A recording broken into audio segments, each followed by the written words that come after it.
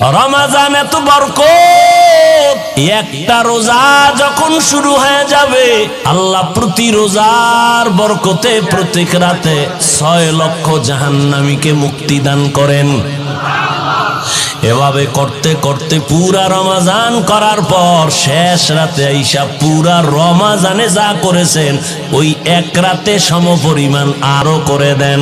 আল্লাহর সেই পবিত্র কালাম মহাগ্রন্থ আল কুরআন, কি মহিমা এ মাসে হয়েছে তার আগমন।